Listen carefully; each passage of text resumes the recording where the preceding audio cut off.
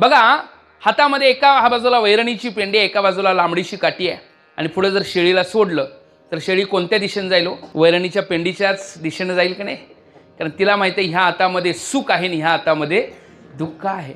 दुःखाच्या दिशेने तिचा प्रवास होणार नाही. का होणार नाही? कारण दुःख प्रतिकूल वेदनीय आहे. दुःखाची अपेक्षा का नको आपल्याला? दुःख आपला स्वभाव नाही. आपला स्वभाव सुखरूप आहे आणि स्वभावाच्या दिशेनं जाणं हा प्रत्येकाचा स्वभावच आहे.